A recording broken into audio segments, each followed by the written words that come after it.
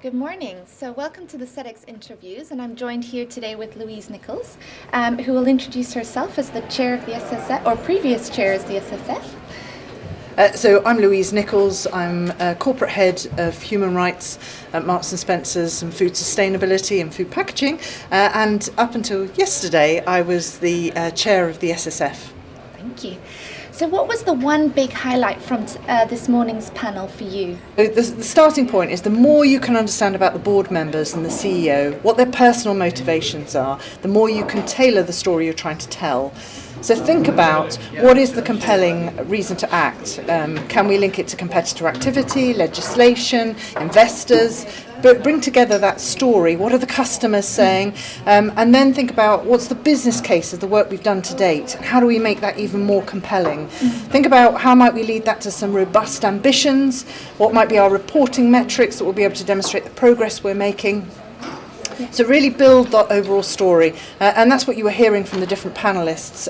What we can see though is that there is a real change in the investment market, which means that investors are much more interested in sustainability, and so we're starting to see the emergence of those benchmarks, and that's giving people a real sense of competition in the boardroom. No one wants to come last, everyone wants to know where they are in the position and then what can we do to further advance. Sounds like a real game changer. It is a game changer, I think. Fantastic. And as you very sadly are stepping down as our SSF chair, how can you say a couple of things about how the group has evolved over the years? I think we've been on a long journey, but I think if I think back to the very start of what was at the time called the Associate Auditor Group back in 2005, where we were just a group of 7 auditors and 5 brands sitting around the table trying to work out how could we move from multiple different audits, multiple different methodologies to one standard audit and to one way of running the audit methodology and one set of corrective actions. Wow, what a journey we've been on.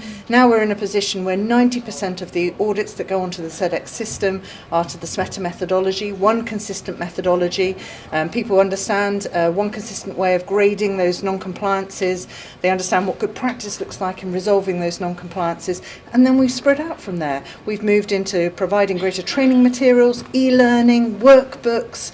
We've moved into looking at environmental issues, bribery, corruption, and then we've really started to think about the continuous improvement cycle, because audit is only one tool in that toolbox. Yeah. It's starting to get us to think right from the top. What's the awareness raising to start us off? How do you do risk assessment? How do you do audits? How do you do joint remediation? Through to really starting to think about what you can do, the insight you can learn, and how that could further inform where your salient human rights issues and your material environmental hotspots are, and build the business case to get you back into the board to have that conversation. Oh, fantastic. So a really long, rich, full journey. Yes. Bringing us all the way back to the board, actually, yes. Which is how we can make a really strong business case here. And then last but not least, but what is your big recommendation for the group as they move forward in their journey from here onwards? So unfortunately, I think that we still have too many of our members who are caught up in audit as a bit of a drug. Yeah. And we need to reduce the reliance on audit and go back to what would be a really effective assessment mechanism that would help to build a picture to drive continuous improvement. Because where I am is that there's 24 million workers associated with the Sedex membership. Yeah. How do we utilise them more effectively 365 days a year to give us an insight to really inform where we should be focusing our efforts?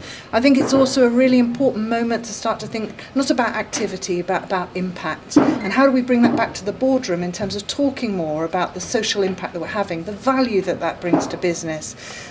We know that there's still so many CEOs around the world and boards where they've just still got a mindset of just doing the minimum for compliance. How do we create more incentives to drive towards decent work, to creating great places to work, and how might that link to the SDGs? I think there's just tremendous opportunity for Sedex to go on the next stage of the journey, and I'm going to be watching from the sidelines as I'm sure it's going to be very exciting. Yes, you will be sadly missed, most definitely. Okay, and thank you very much, and we'll be back for another interview shortly.